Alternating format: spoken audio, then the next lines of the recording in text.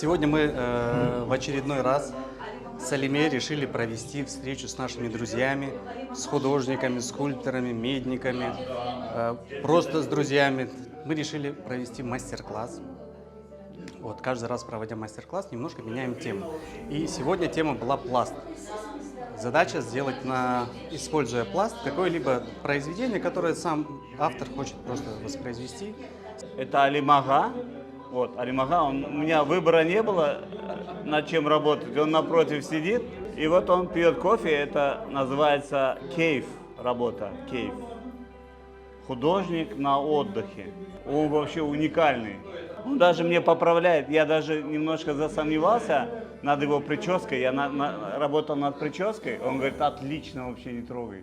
Здесь у нас вот получается вот жизнь, начало, а здесь уже вот высохшее, я вот хочу, еще не доделал, это конец. Детство вспомнил, так интересно лепить. С детства вот я не лепил, так-то резал дерево там или что, а вот глиной настолько увлекся. Образ, который уже, наверное, лет 40 во мне сидит, это летящее бізге мелек, келген біздің қырымға келіп, бізге қызмет ашып, гүл сепіп, сазын беріп, на более бір şey yapacak olam ama соңы хайыр білмеймін не olacak. Машалла бізге более топлап, біздерін бір яшлықын аңдыра бізге, когда мы экспериментировали, так сказать. Это кипарисы, это дома, это джами, это дом. Это наш аксакал. Честно говоря, не хуже, чем живопись.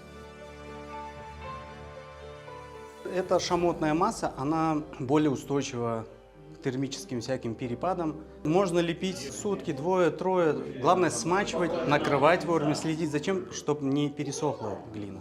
После того, как работы обожгутся, их нужно будет потом или глазурями покрасить, или ангобами, или и ангобами, и глазурями. Это же все творческие люди. У творческих людей всегда все получается. Талантливый человек, талантлив во всем. А мне еще интереснее наблюдать, как человек, который пишет картины, занимается живописью, как он проявляет себя в глине. Интересный материал, всем это нравится, особенно когда уже заканчиваешь, там начинаешь работать над деталями, и что-то проявляется уже окончательно. Дед со своей внучкой, видимо, она к нему пришла в гости, или он к ним. Вот встретились. Не только для меня, но и для всех это как терапия для души.